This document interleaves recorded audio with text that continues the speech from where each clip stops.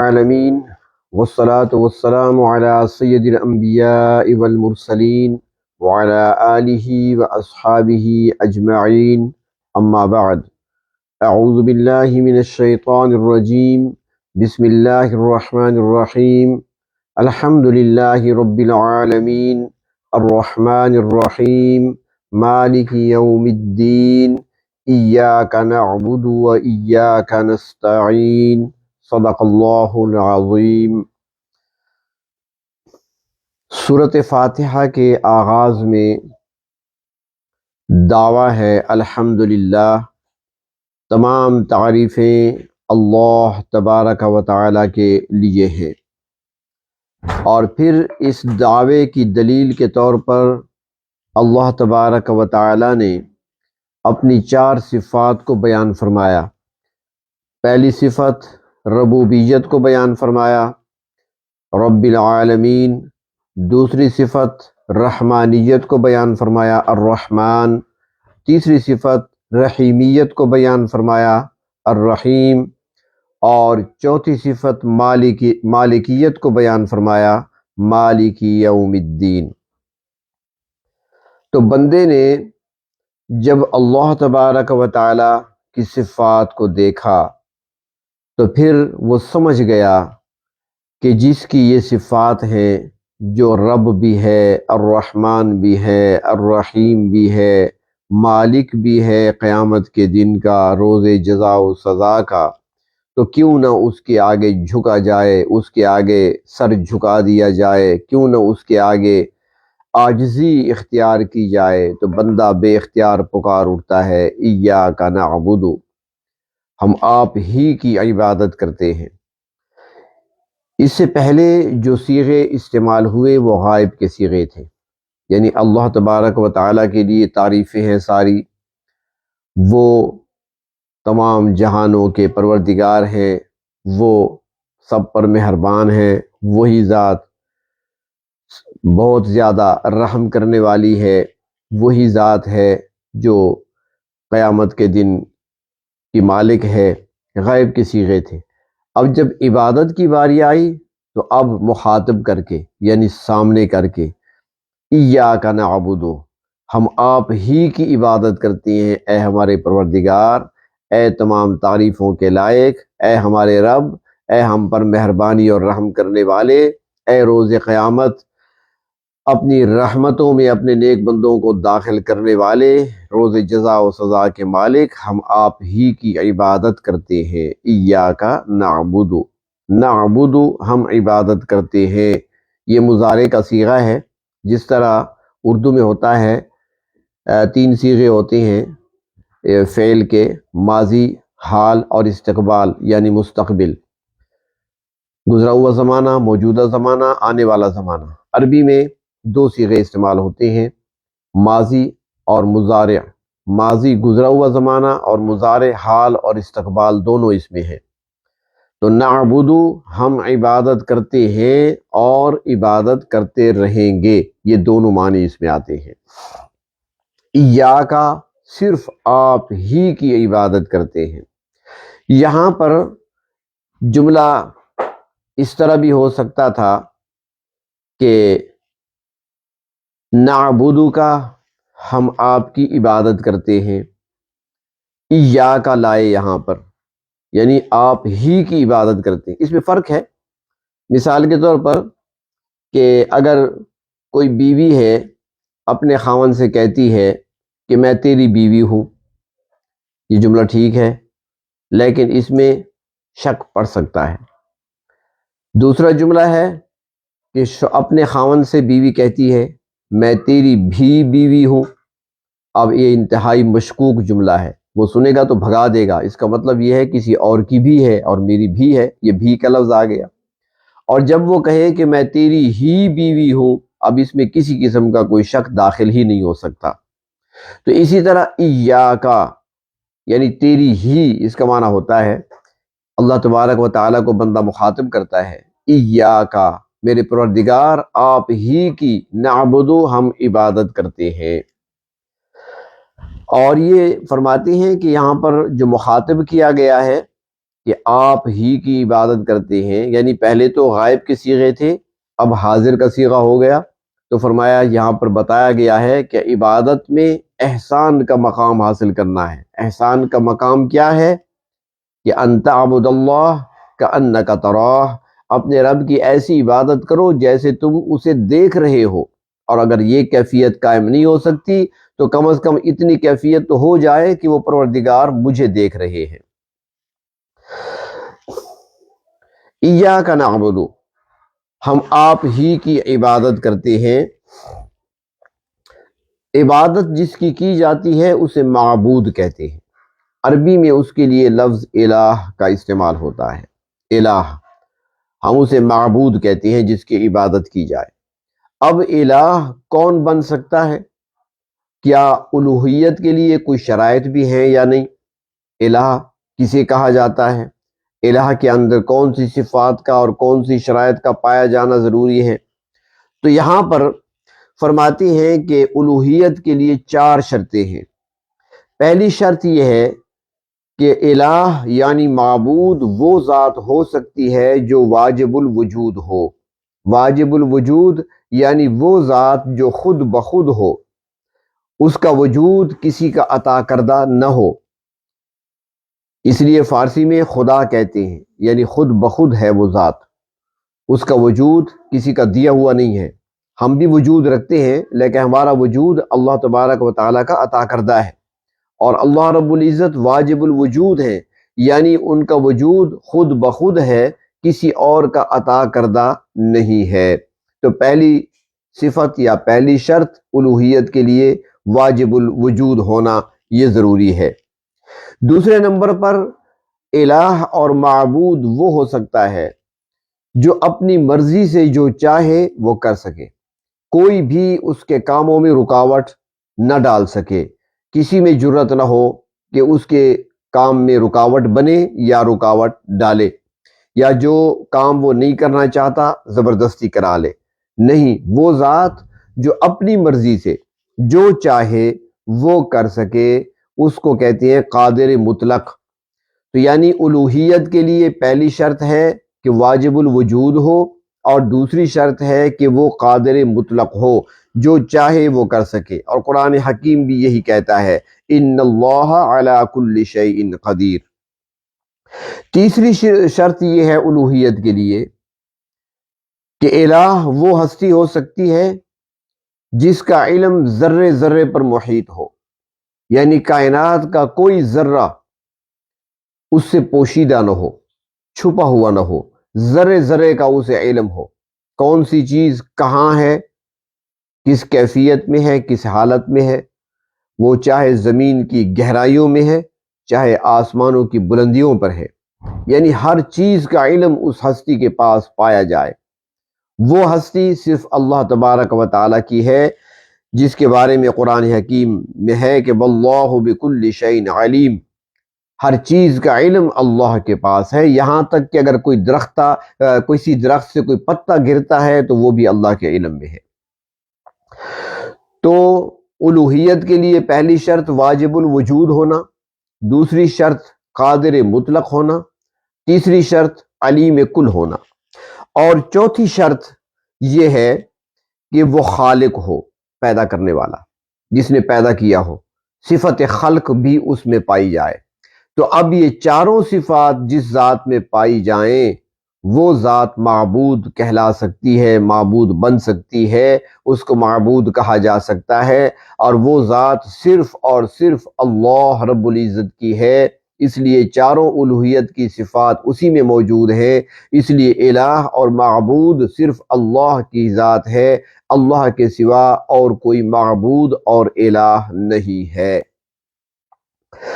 باقی جتنی بھی ہستیاں ہیں، انسانوں میں سے ہوں، جنات میں سے ہوں، فرشتوں میں سے ہوں، جتنی بھی ہیں مخلوق ہے، ان سب کے پاس وجود اپنا ذاتی نہیں ہے، خود بخود نہیں ہے، بلکہ ان کا وجود اللہ تبارک و تعالیٰ کا عطا کردہ ہے۔ دوسری چیز یہ ہے کہ ان کو خود پیدا کیا گیا ہے، وہ تخلیق کی ہوئی چیزیں ہیں۔ انسان ہے تو انسان کو اللہ نے پیدا کیا، جنات کو اللہ نے پیدا کیا، فرشتوں کو اللہ نے پیدا کیا، زمین و آسمان کو اللہ نے پیدا کیا، ستاروں سیاروں کو، سورج چاند کو اللہ نے پیدا کیا، تو یہ ساری مخلوق ہیں، یہ خود بخود نہیں ہے، ان کو پیدا کیا گیا، ان کا وجود اپنا ذاتی نہیں ہے، ان کو عطا کیا گیا، اور وہ اختیار بھی نہیں رکھتے اپنی مرضی سے کہ وہ کام جو چاہیں کر لیں، ایسا بھی نہیں ہے۔ ان کے کاموں میں رکاوٹیں آ جاتی ہیں، کام ان کے رک جاتے ہیں، چلتا ہوا کام رک جاتا ہے۔ اور چوتھی چیز کہ ان کا علم جو ہے محدود ہے، چاہے وہ انسان ہیں، چاہے جنات ہیں، چاہے فرشتے، ان کے پاس اللہ کا عطا کردہ علم ہے، اور اللہ نے جتنا چاہا ان کو دیا، اس سے زیادہ ان کے پاس اپنا ذاتی علم نہیں ہے۔ تو یہ چاروں صفات صرف اللہ رب العزت کی ذات میں پائی جاتی ہیں، اس لیے الہ اللہ تبارک و تعالیٰ کے علاوہ اور کوئی نہیں ہو سکتا۔ اس لیے ایاک نعبد، اے اللہ، چونکہ الہ آپ ہیں، الوہیت کی ساری صفات آپ ہی میں پائی جاتی ہیں، اس لیے ہم آپ ہی کی عبادت کرتے ہیں، آپ کے علاوہ ہم کسی اور کی عبادت نہیں کرتے۔ حضرت شاہ ولی اللہ محدث دہلوی رحمہ اللہ تعالی فرماتے ہیں کہ توحید کے 4 درجے ہیں، عبادت بھی توحید ہی کا حصہ ہے، تو فرماتی ہے کہ توحید کے 4 درجے ہیں۔ 2 درجے ایسے ہیں جس میں مسلمان، کافر، مشرک سارے متفق ہیں، اور 2 درجوں میں پھر اختلاف شروع ہو جاتا ہے، مسلمان الگ ہو جاتے ہیں، کافر اور مشرک الگ ہو جاتے ہیں۔ پہلا درجہ توحید کا واجب الوجود ہونا، جو پہلے میں نے عرض کیا، الوہیت کی شرائط میں سے بھی پہلی شرط یہی تھی، واجب الوجود ہونا، یعنی وہ ذات جو خود بخود ہے، اس کا وجود ذاتی ہے، عطائی نہیں ہے، کسی کی طرف سے عطا کردہ نہیں ہے۔ تو واجب الوجود ہونا، اس پر سارے کے سارے متفق ہیں، کافر ہیں، مشرک ہیں، مومن ہیں، سارے اس بات پر متفق ہیں۔ دوسرا درجہ توحید کا ہے خالق ہونا، یعنی صفت خلق، پیدا کرنا۔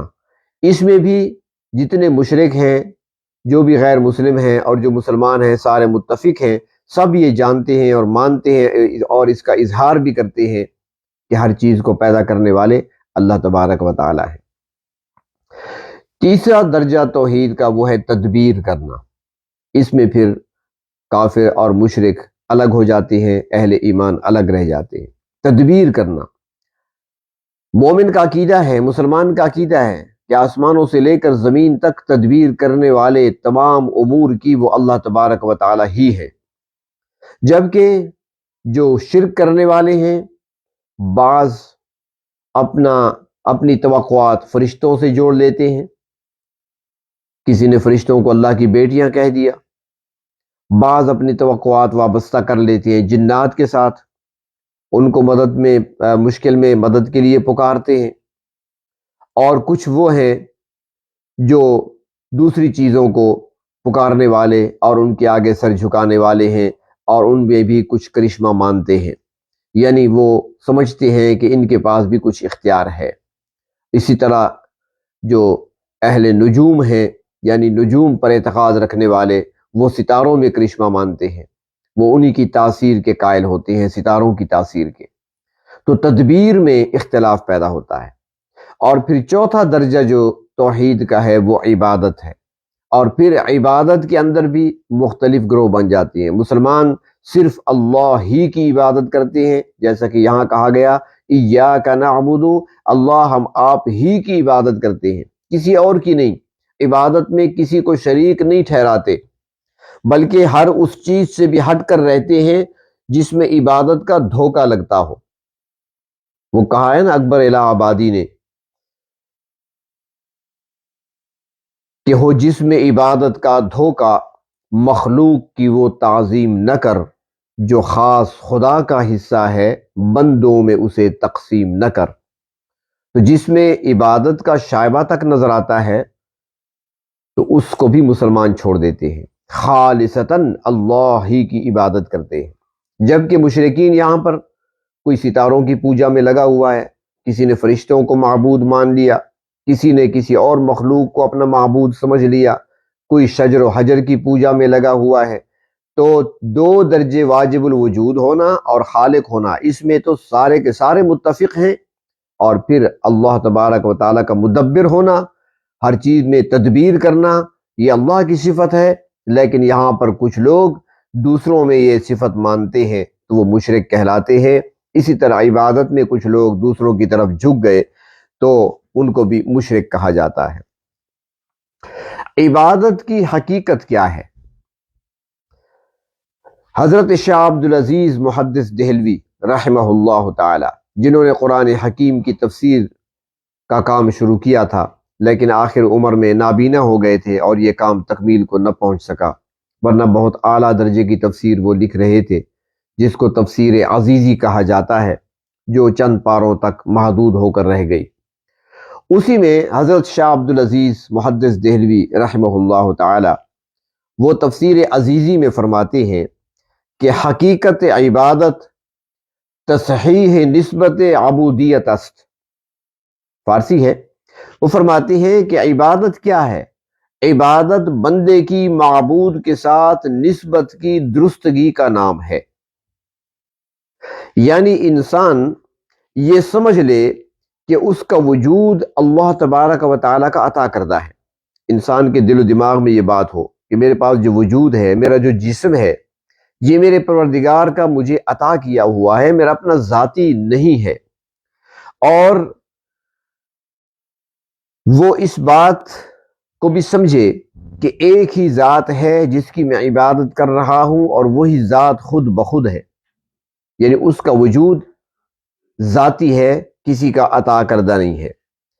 اور اپنے آپ کو مملوک سمجھے اور اللہ تبارک و تعالیٰ کو مالک خیال کرے، اللہ رب العزت کو غالب خیال کرے اور اپنے آپ کو مغلوب سمجھے، اللہ تبارک و تعالیٰ کو قادر سمجھے اور اپنے آپ کو مقدور سمجھے، اللہ رب العزت کو آمر اور اپنے آپ کو معمور سمجھے، اللہ رب العزت کو عزت والا اور اپنے آپ کو عاجز سمجھے، اللہ رب العزت کو صمد بے نیاز اور اپنے آپ کو محتاج سمجھے۔ جس نے یہ نسبت قائم کر لی اس نے عبادت کا مفہوم پا لیا، حقیقی عبادت کا مفہوم اس نے پھر پا لیا۔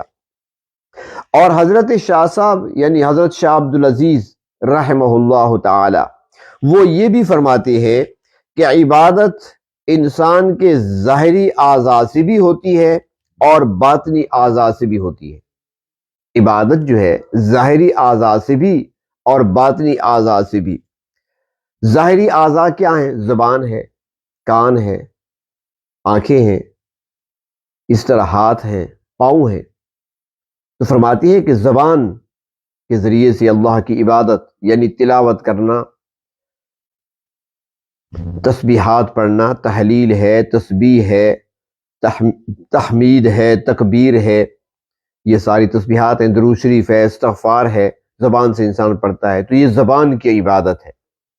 اس طریقے سے کانوں کے ذریعے سے علماء کے بیانات کو سننا، واعظ و نصیحت کی باتوں کا سننا، دین کی باتوں کا سننا، قرآن حکیم کی تلاوت کو سننا، وہ باتیں سننا جس سے انسان کا دنیا میں بھی فائدہ ہو اور آخرت میں بھی اس کو وہ کام آنے والی ہوں، تو یہ کانوں کی عبادت ہے۔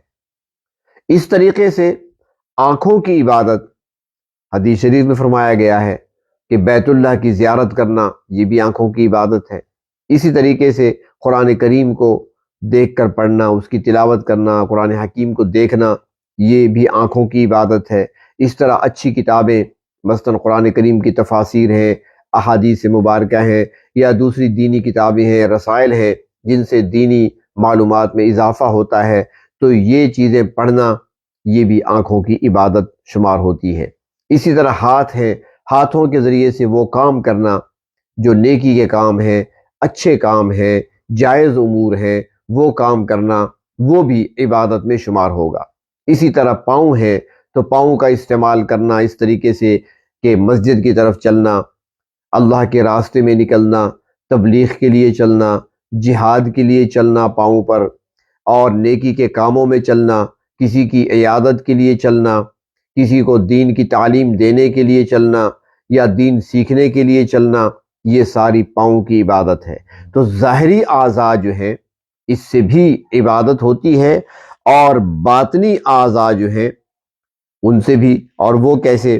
فرمایا جیسے عقل ہے تو عقل کے ذریعے سے، دماغ کے ذریعے سے اللہ تبارک و تعالیٰ کی نعمتوں پر غور و فکر کرنا، کائنات میں پھیلی ہوئی نشانیاں جو اللہ تبارک و تعالیٰ کی معرفت کا ذریعہ بننے والی ہیں ان میں غور و فکر کرنا، زمین و آسمان کی تخلیق میں غور و فکر کرنا، نیک کاموں کے بارے میں پروگرام بنانا، پروگرام ترتیب دینا، ان کے بارے میں سوچنا، یہ عقل کے ذریعے سے کرنا، یہ عقل کی عبادت ہے۔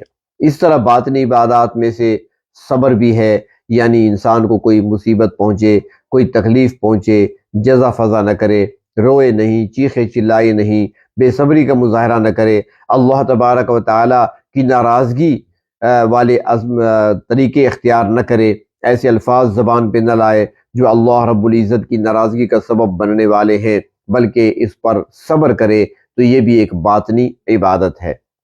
اس طریقے سے نعمت ملی ہے تو اندر ہی اندر اپنے رب کا شکر ادا کرے، دل سے اللہ کی حمد و ثنا نکل رہی ہو، یہ بھی ایک قسم کی باطنی عبادت بن جاتی ہے۔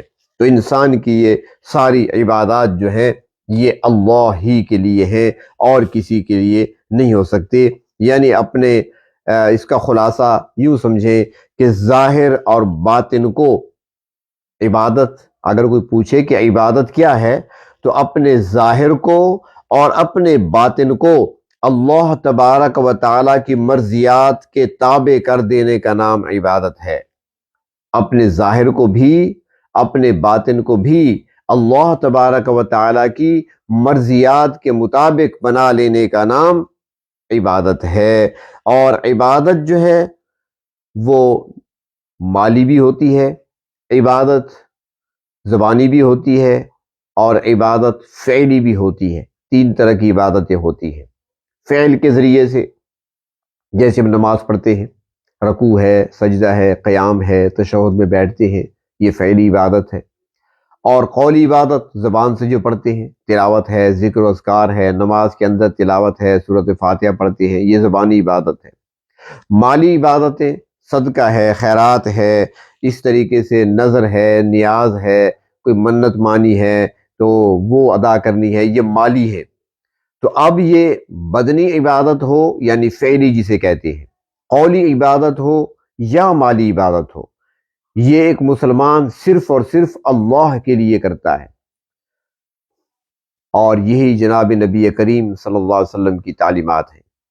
اور اللہ کے محبوب صلی اللہ علیہ وسلم جب معراج پر تشریف لے گئے تو پروردگار عالم کے پاس جب پہنچے، جب ملاقات ہونی تھی عرش پہ، تو وہاں پر یہی ہدیہ لے کر گئے تھے، اللہ کی بارگاہ میں یہی عرض کیا تھا، التحیات للہ والصلوات والطیبات، اور ان کلمات کو، ان جملوں کو ہمارے لیے نماز کے اندر رکھ دیا تاکہ یاد دہانی ہوتی رہے کہ اے اللہ، میری زبانی عبادتیں یعنی قولی عبادتیں، میری فعلی عبادتیں اور میری مالی عبادتیں، وہ ساری آپ کے لیے ہیں، سارا کچھ آپ ہی کے لیے ہے۔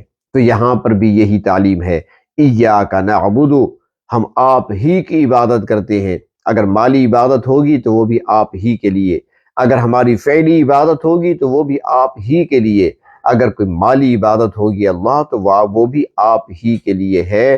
تو ایاک نعبد، یہ ساری صفات چونکہ پروردگار عالم میں ہیں، اے میرے رب، میں نے جان لیا کہ آپ واجب الوجود ہیں، میں نے جان لیا اور مان لیا کہ آپ خالق ہیں، میں نے جان لیا کہ آپ قادر مطلق ہیں، میں اس بات کو بھی جان گیا کہ آپ علیم کل ہیں۔ اے میرے پروردگار، یہ ساری صفات آپ کی ہیں، مدبر بھی آپ ہیں، خالق بھی آپ ہیں، نفع اور نقصان دینے والے بھی آپ ہیں، جو کچھ چل رہا ہے نظام کائنات کا وہ چلانے والے بھی آپ ہیں۔ اے پروردگار، جب ساری صفات آپ کی ہیں تو لہٰذا ایاک نعبد، ہم آپ ہی کی عبادت کرتے ہیں۔ رب آپ ہیں، رحمان آپ ہیں، رحیم آپ ہیں، مالک یوم الدین آپ ہیں، تو عبادت بھی ہماری آپ ہی کے لیے ہے، جھکنا بھی ہمارا آپ ہی کے آگے ہے، اطاعت کرنا بھی ہمارا آپ ہی کی ہے۔ اے ہمارے پروردگار، ہم آپ ہی کی عبادت کرتے ہیں، ایاک نعبد۔ اور پھر ہماری زندگی کا مقصد دنیا میں اللہ تبارک و تعالی نے ہمیں جو بھیجا ہے اس کا مقصد بھی یہی ہے۔ اللہ تعالیٰ خود فرماتے ہیں وَمَا خَلَقْتُ الْجِنَّ وَالْإِنسَ إِلَّا لِيَعْبُدُونَ، کہ انس و جن کو یعنی جنات کو اور انسانوں کو جو پیدا کیا گیا، ان کی تخلیق کا مقصد کیا ہے؟ فرمایا یہی ہے کہ میری عبادت کریں۔ تو ہمیں تو پیدا ہی عبادت کے لیے کیا گیا۔ جب پیدا عبادت کے لیے کیا گیا، مقصد زندگی کو ہم نے سمجھ لیا، تو مقصد زندگی کو سمجھنے کے بعد ایک مسلمان کی زبان پہ آتا ہے اللہ میری زندگی کا جو مقصد ہے وہ سمجھ گیا ہوں، لہذا ایاک نعبد، ہم آپ ہی کی عبادت کرتے ہیں۔ اگلا جملہ ایاک نستعین، انشاءاللہ زندگی باقی اگلے درس میں عرض کیا جائے گا، چونکہ بات لمبی ہو جاتی اس لیے اس کو چھوڑ دیا، ایک ہی جملے کو آج لیا ہے۔ اللہ تبارک و تعالی ہمیں اپنی حقیقی عبادت نصیب فرمائیں اور عبادت کی سچی لذتوں سے ہمیں سرشار فرمائیں۔ وآخر دعوانا ان الحمد للہ رب العالمین۔